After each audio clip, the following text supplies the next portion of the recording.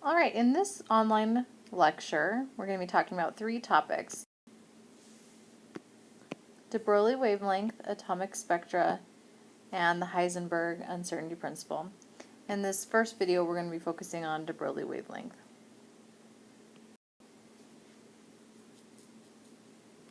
So, we already talked about in class how Einstein did the photoelectric effect experiment. My handwriting is terrible, sorry. To show that light is made up of discrete packets called photons, and that the energy of a photon is equal to h nu. And one thing that Einstein postulated is he thought, okay, so light is both a wave and a particle. So this got Einstein thinking. So he started thinking, and he thought, well, wait a second, I know that I already have shown this equation, E equals mc squared. This equation is just telling us that matter and energy are alternate forms of the same entity. And because light can be either a wave or a particle, then Einstein believed, okay, if they're alternate forms of the same entity, then matter must have wave-like properties. So he thought, is matter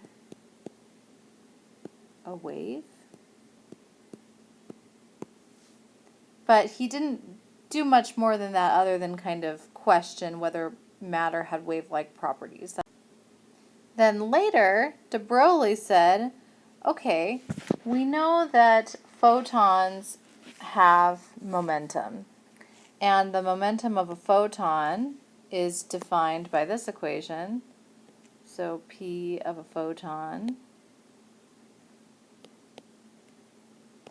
is equal to Planck's constant over the wavelength.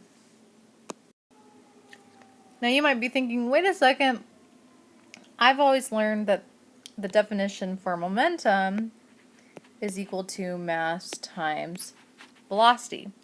And that's true. This equation is the definition of momentum in classical mechanics. But we also can have the definition of the momentum of a wave propagating. And that's what the momentum is for light.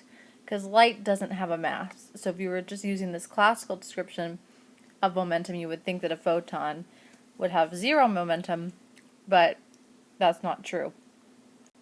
Okay, so what de Broglie did was he rearranged this equation, and he said, okay, we know that wavelength is equal to Planck's constant divided by our momentum. And we know from classical mechanics that momentum is defined as mass times velocity.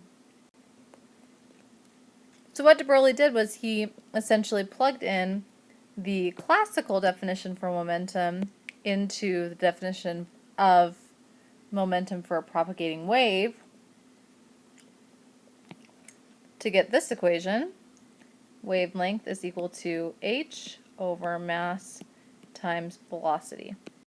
So de Broglie argued that matter must have wave-like properties, just like Einstein postulated, and he said that we could determine the wavelength of matter from its momentum.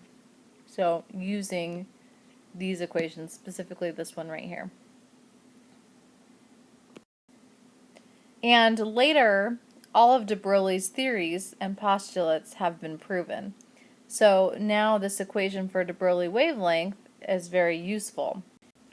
We can now use this equation to determine the wavelength of any particle.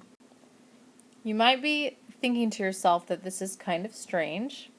So, we have this equation for wavelength for matter, but if you have, say, a baseball,